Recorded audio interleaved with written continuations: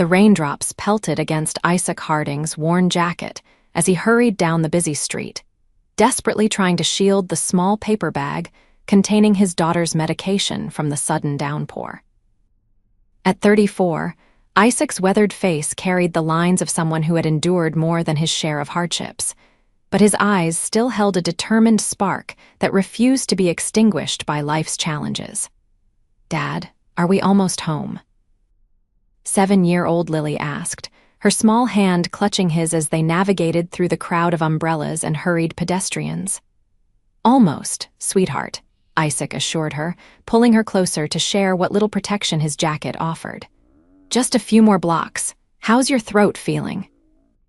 "Still hurts," she mumbled, her voice raspy from the strep throat that had kept her out of school for the past 3 days. Isaac checked his watch and sighed. He'd had to leave work early at the small carpentry shop where he worked to pick up Lily's prescription, which meant another dock in his already meager paycheck. Since his wife's death 2 years ago, he'd been struggling to balance being both mother and father to Lily while keeping them financially afloat. The medical bills hadn't helped. The rain intensified as they approached the intersection, forcing them to take shelter under the awning of what appeared to be an upscale coffee shop, the kind Isaac never frequented due to the exorbitant prices for what was essentially just coffee. "Can we go in, Dad?" "I'm cold," Lily pleaded, her teeth chattering slightly. Isaac hesitated, calculating the few dollars in his wallet. "Just for a few minutes until the rain lets up," he conceded, pushing open the heavy glass door. The warmth and rich aroma of freshly ground coffee enveloped them as they entered. The place was crowded with well-dressed professionals, most of whom were tapping away at laptops or engaged in business conversations. Isaac felt immediately out of place in his worn jeans and work boots, but he guided Lily to the only available table in the corner. "Would you like something to drink, sweetheart?" he asked, already knowing he'd have to sacrifice tomorrow's lunch to afford even the simplest item on the menu.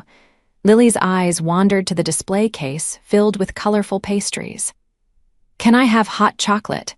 My throat hurts."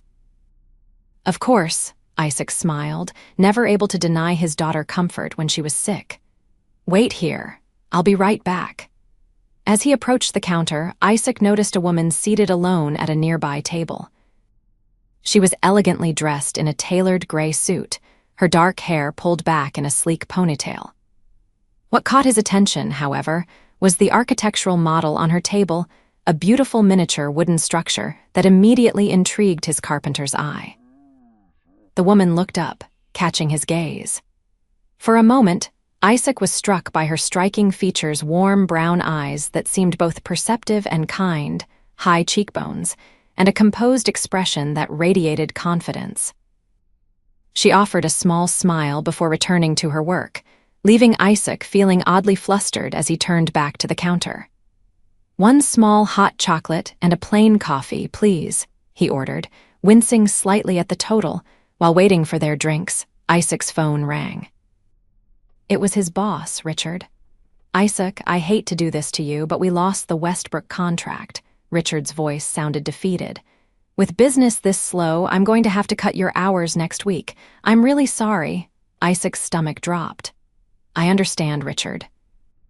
"Thanks for the heads up," he managed to reply, his mind already racing to figure out how he would cover next month's rent. As he ended the call, the barista slid their drinks across the counter. Isaac paid, leaving what little change he could spare in the tip jar, and made his way back to Lily, who was now drawing on a napkin with a pen she'd found. "Everything okay, Dad?" she asked, her perceptive eyes seeing right through his forced smile. "Everything's fine, Lil." "Just work stuff," he assured her, placing the steaming hot chocolate in front of her. "Careful, it's hot." As Lily sipped her drink, Isaac's gaze drifted back to the woman with the architectural model. She appeared to be struggling with something, her brow furrowed in concentration as she examined a particular section of the miniature building. After a moment of internal debate, Isaac made a decision. He reached into his wallet and pulled out one of his handmade business cards. though his main job was at the carpentry shop. He had been trying to build a side business crafting custom furniture and doing specialized woodwork. So far, it had brought in only occasional jobs, but his craftsmanship was exceptional, a talent inherited from his father and refined through years of dedicated practice. "Lily, I'll be right back," he said, standing up with his coffee in one hand and the card in the other. The woman looked up as he approached, her expression curious but not unwelcoming. "Excuse me," Isaac began, feeling suddenly self-conscious. "I couldn't help noticing your model. I'm a carpenter, and that looks like it might need some structural reinforcement in the southwest corner." The woman's eyebrows rose in surprise, and she gestured to the empty chair across from her.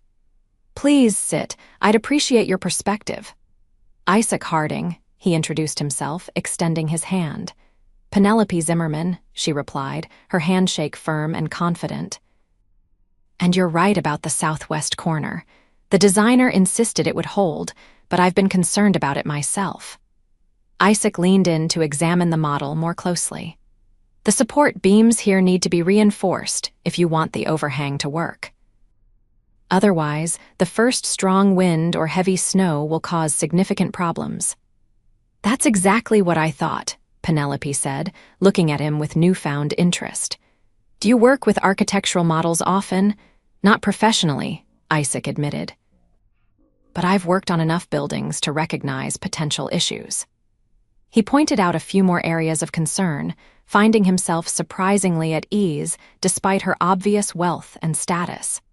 After a few minutes of discussion, he remembered Lily waiting at their table. "I should get back to my daughter," he said, sliding his business card across the table. "But if you ever need a consultation on woodwork or custom furniture, please don't hesitate to call. I do freelance work outside of my main job." Penelope took the card, studying it for a moment. It was simple but elegant, handcrafted from thin cherry wood with his information burned into it rather than printed. "This is beautiful work," she commented. "Did you make this yourself?" Isaac nodded, a hint of pride breaking through his humble demeanor. "Thank you. Woodworking is more than a job for me, it's a passion." "I can tell," she said, tucking the card into her suit jacket. "Thank you for the insights, Isaac. Very helpful." As Isaac returned to Lily, he didn't notice how Penelope's eyes followed him, or the way she examined his card again with thoughtful consideration. "Who was that, Dad?" Lily asked as he sat back down. "Just someone who might need some help with woodwork," he explained, helping her wipe a chocolate mustache from her upper lip. "How's your throat feeling now?" "Better with the hot chocolate," she said. "Can we go home now? I want to take my medicine and watch a movie with you." Isaac checked outside. The rain had subsided to a light drizzle. "Absolutely, Princess. Movie night it is." They gathered their things and headed toward the door. Isaac glanced back once to find Penelope still watching them, a small smile playing on her lips. She gave a slight nod of acknowledgement before returning to her work. The following week proved even more difficult than Isaac had anticipated. With his reduced hours at the shop, he had picked up a few odd jobs installing cabinets for a neighbor and repairing furniture for an elderly couple down the street. But it wasn't enough to make up the difference. Lily had recovered from her strep throat and returned to school, but the medical bills had created a significant dent in his already stretched finances. On Thursday evening, as Isaac sat at their small kitchen table reviewing bills and trying to determine which ones could be delayed, his phone rang with an unfamiliar number. "Hello, Isaac Harding speaking," he answered, expecting perhaps a potential client for a small woodworking job. "Mr. Harding, this is Penelope Zimmerman," came the confident voice that had lingered in his memory over the past week. "We met at Elmwood Coffee last week. I hope I'm not calling at an inconvenient time." Isaac straightened in his chair, surprised. "Not at all, Miss Zimmerman." "What can I do for you?" "I have a proposition that might interest you," she said. "The architectural model you helped me with is for a new eco-friendly community center my company is building." We've revised the plans based on your observations, and now I find myself in need of someone with expertise in custom woodwork for the interior. Would you be interested in coming to my office tomorrow to discuss the possibility of a contract? Isaac's heart raced. This could be the opportunity he'd been waiting for. I would be very interested, he replied, trying to keep his voice steady. What time would work for you? How about 2 p.m.? My office is at Zimmerman Enterprises in the High Point Tower downtown. Ask for me at reception.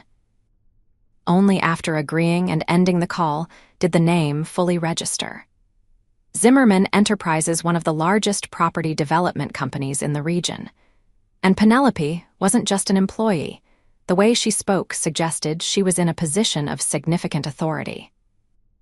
Isaac felt a mixture of excitement and intimidation as he realized the scale of the opportunity before him.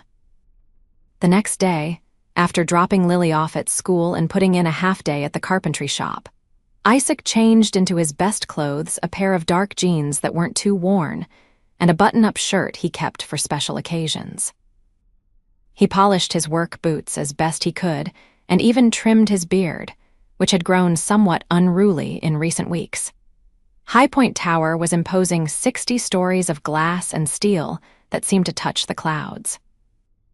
Isaac felt small as he entered the vast marble lobby, his footsteps echoing as he approached the reception desk.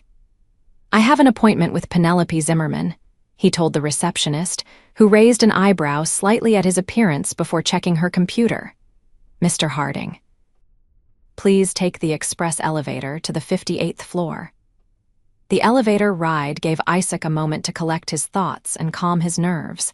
This could be a life-changing opportunity if he could secure a substantial contract. He couldn't afford to let nerves get in the way. When the doors opened on the 58th floor, he was greeted by another receptionist, who led him through a series of sleek, modern offices to a large conference room with floor-to-ceiling windows, offering a breathtaking view of the city. Mr. Harding, Penelope greeted him, rising from her seat at the head of the conference table. Today, she wore a deep blue dress that complemented her olive skin tone, her dark hair falling in loose waves around her shoulders.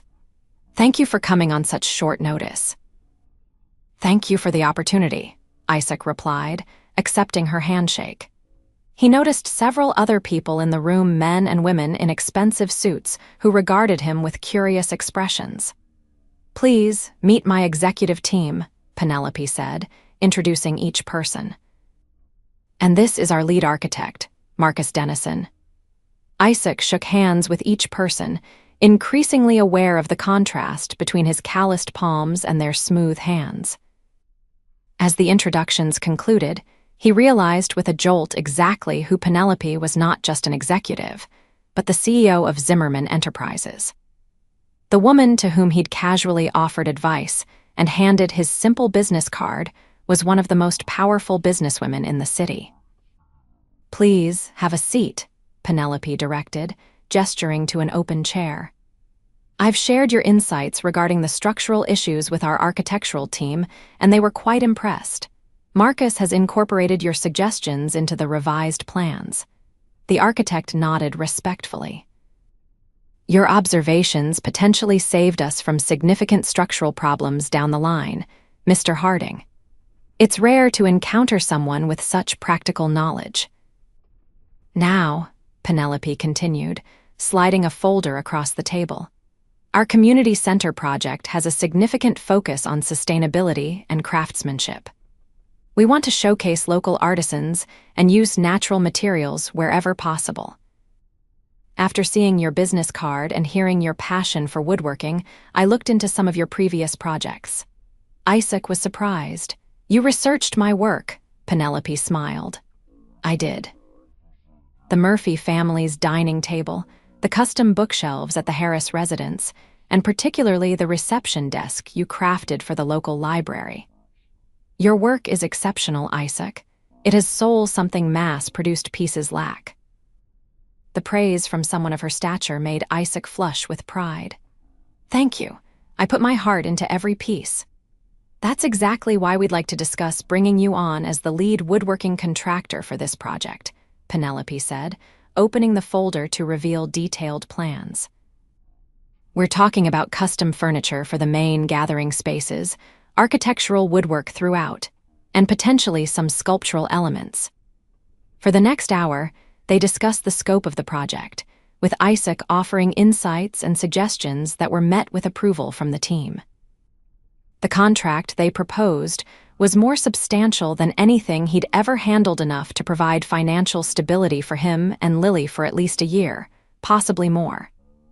"This is more than I expected," Isaac admitted as they discussed the financial terms. "I typically work alone or with one assistant. A project of this scale would require me to expand." "We can provide resources to help you scale up," Penelope assured him, "and the timeline allows for phased delivery of the different elements." By the end of the meeting, Isaac had agreed to review the contract details and provide a formal proposal within a week. As the others filed out, Penelope asked him to stay behind. "I sense some hesitation," she said once they were alone. "Is there a concern you didn't want to raise in front of the team?" Isaac appreciated her directness. "To be honest, Miss Zimmerman, Penelope, please." "Penelope," he corrected with a small smile. "This is a tremendous opportunity and I'm grateful, but I'm a single father with a young daughter. Taking on a project of this magnitude would mean significant changes to my work schedule and routine. Lily's well-being has to come first." Instead of disappointment, Penelope's expression softened with understanding. "I respect that priority," she said. "What if we structured the project to accommodate your needs as a parent? Perhaps a workshop closer to your home, flexible hours when needed for school events, or if Lily is sick." Isaac was taken aback by her willingness to accommodate. "You would do that?" "Talent like yours is worth accommodating," she said, then added more softly, "and I understand the challenges of balancing work and family. My father raised me alone after my mother passed away when I was 12. This revelation created an unexpected connection between them." "It's not easy," Isaac acknowledged. "No, it isn't," she agreed. "But my father taught me that the most important investments are in people, not just buildings or businesses. So yes, we can be flexible." As Isaac left the meeting, contract in hand and a new sense of possibility filling his chest, he couldn't help but feel that something significant had shifted in his life, and not just professionally. Over the next few weeks, Isaac's life transformed. After accepting the contract, he leased a small workshop space not far from his apartment and hired 2 skilled woodworkers who had been laid off from a furniture factory that had closed the previous year.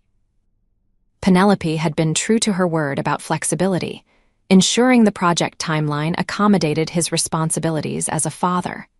One afternoon, as Isaac was picking Lily up from school, his phone rang with Penelope's number.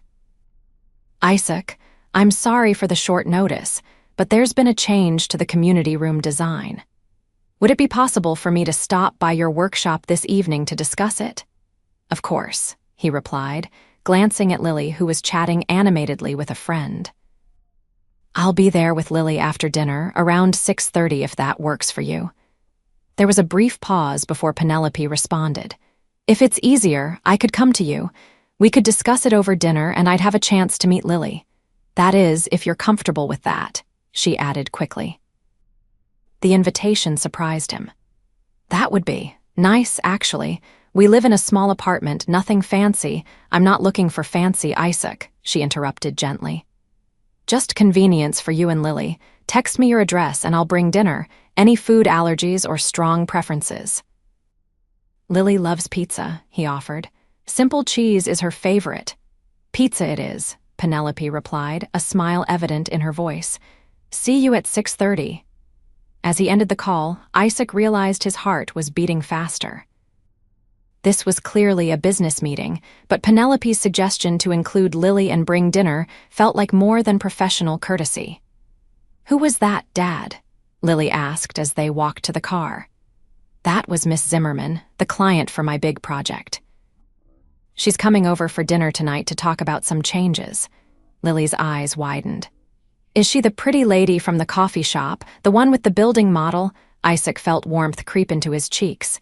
Yes, that's her, and she's bringing pizza? Cool, Lily exclaimed. I'll show her my drawings. Do you think she'd like that? I'm sure she would, Isaac said, realizing he was looking forward to the evening more than he probably should be. The hours until Penelope's arrival passed in a flurry of hasty apartment cleaning. Their home was small but comfortable, a 2-bedroom apartment, in a modest building, with furniture mostly crafted by Isaac himself. Each piece told a story, from the coffee table he had made while his wife was pregnant with Lily to the bookshelf he had constructed during the dark months after her passing, finding solace in the familiar rhythm of sanding and staining. At precisely 6:30, there was a knock at the door.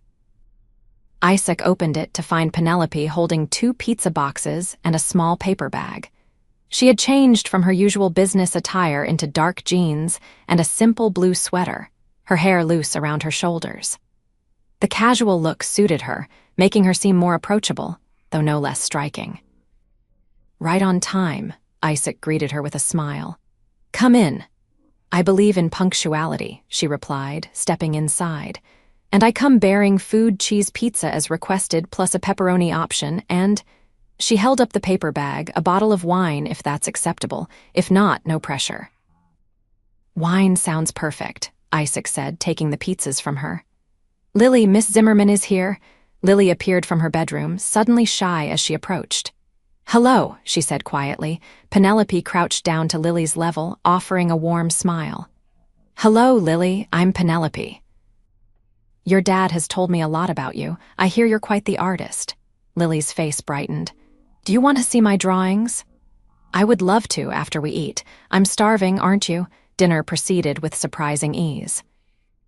Penelope had a natural way with Lily, asking questions about school and her friends without talking down to her. She seemed genuinely interested in Lily's answers, drawing the normally reserved child out of her shell.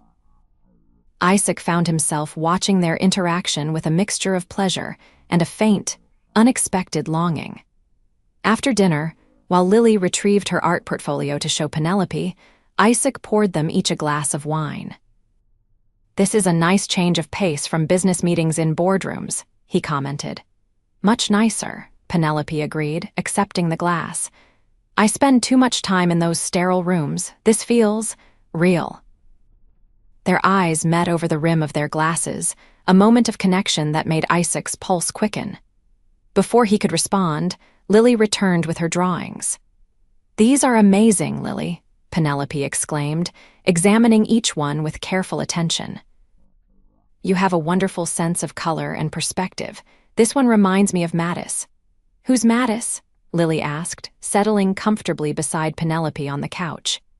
He was a famous artist who loved bright colors. I have some books about him. Would you like me to bring one for you sometime?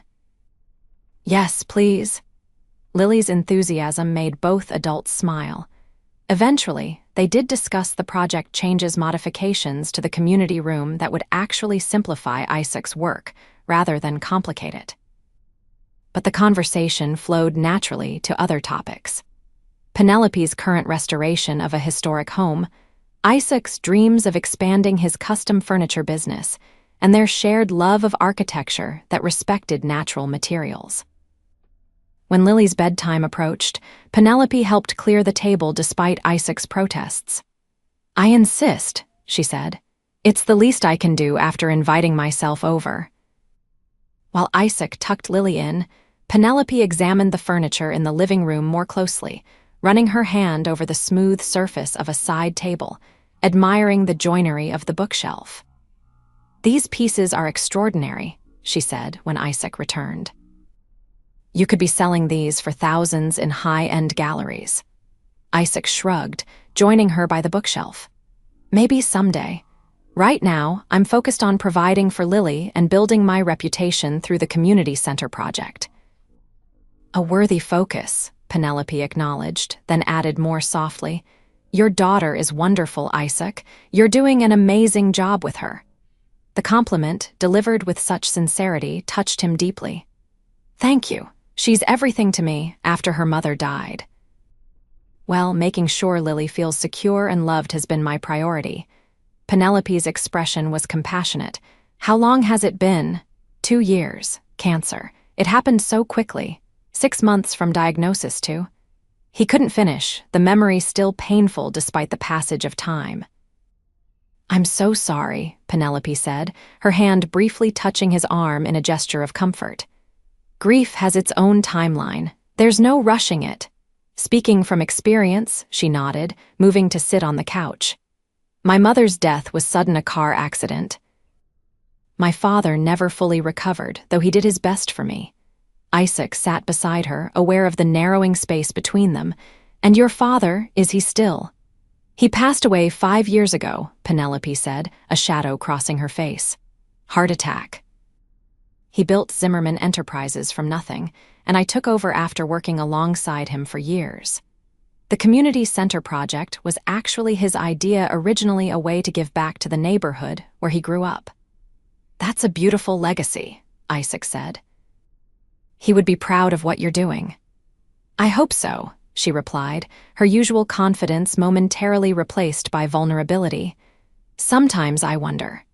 Without thinking, Isaac reached for her hand, a gesture of reassurance that felt instantly natural. "From what I've seen of you, your integrity, your vision, your kindness toward a single dad and his daughter, I have no doubt he would be." Penelope's fingers tightened around his, her eyes meeting his with an intensity that made his breath catch.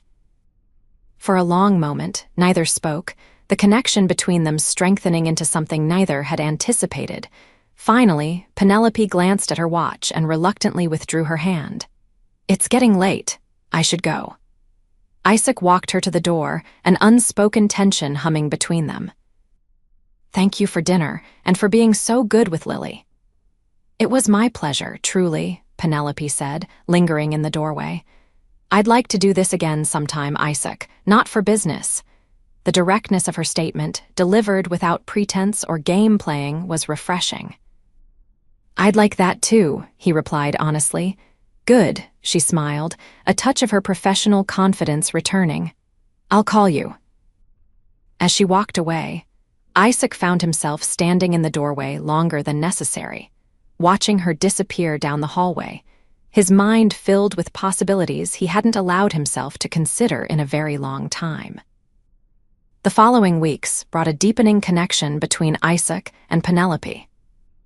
What began as occasional dinners to discuss the community center project evolved into more personal encounters, a Sunday afternoon at the Botanical Gardens with Lily, an evening at a small jazz club after Lily had a sleepover at a friend's house, coffee meetups between their busy schedules. Through it all, Isaac found himself increasingly drawn to Penelope's combination of strength and sensitivity. Behind her powerful CEO exterior was a woman who remembered her assistant's birthday, who carried Band-Aids in her purse because you never know, and who listened to Lily's stories with the same attentiveness she gave to corporate board members. For her part, Penelope seemed equally captivated by Isaac's integrity and talent. She admired how he never compromised on quality, how he treated his new employees with respect and fairness, and how he structured his entire life around ensuring Lily's happiness and security. One rainy Saturday afternoon, in early October, nearly 3 months after their first meeting, Penelope invited Isaac and Lily to her home, a renovated historical townhouse in one of the city's older neighborhoods. Though undeniably elegant, the house was far more warm and personal than Isaac had expected, filled with books, art from local artists, and comfortable furniture that invited relaxation rather than formal posturing. "This isn't what I imagined the home of a CEO would look like," Isaac admitted as Penelope gave them a tour. "It feels like a home, not a showcase." "That was precisely my intention," Penelope replied, pleased by his observation. "I spend enough time in sterile corporate environments. Home should be a sanctuary." Lily was fascinated by the small garden behind the house, where Penelope had installed a fountain and bird feeders that attracted a variety of urban wildlife. As the child happily watched a pair of cardinals splash in the fountain, protected from the rain by a glass-covered patio, Penelope led Isaac to her study. "There's something I want to show you," she said, opening the door to reveal a room lined with bookshelves and dominated by a beautiful desk. "Look familiar?" Isaac's eyes widened as he recognized the desk, an arts and crafts style piece with intricate inlay work. "This is my design. From the library commission 3 years ago," Penelope nodded, running her hand over the polished surface. "I saw it when it was installed and asked who had created it. I never forgot your name, though I didn't make the connection when we met at the coffee shop until I saw your business card. It's what prompted me to research your other work. You've had my name tucked away for 3 years." Isaac was stunned by the revelation. "I have," she admitted, a touch of color rising in her cheeks. "I believe in fate, Isaac. Meeting you at that coffee shop, it felt significant somehow, and then discovering you were the same craftsman whose work I had admired years before." "And now here we are," Isaac said softly, moving closer to her. "Here we are," she echoed, her eyes meeting his. "Isaac, I need to tell you something. The community center project is nearly complete, at least the planning phase. Soon your contract work will begin in earnest." "I know," he replied, uncertain where she was heading with this. "What I'm trying to say is, my interest in you has long since transcended professional boundaries. I care about you and Lily deeply.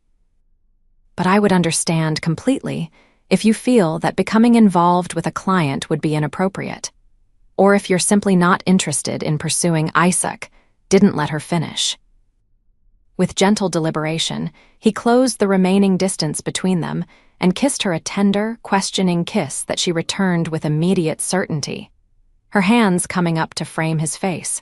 When they finally parted, both slightly breathless, Isaac smiled. "Does that answer your question about my interest?" Penelope laughed, the sound warm and uninhibited. "Quite definitively."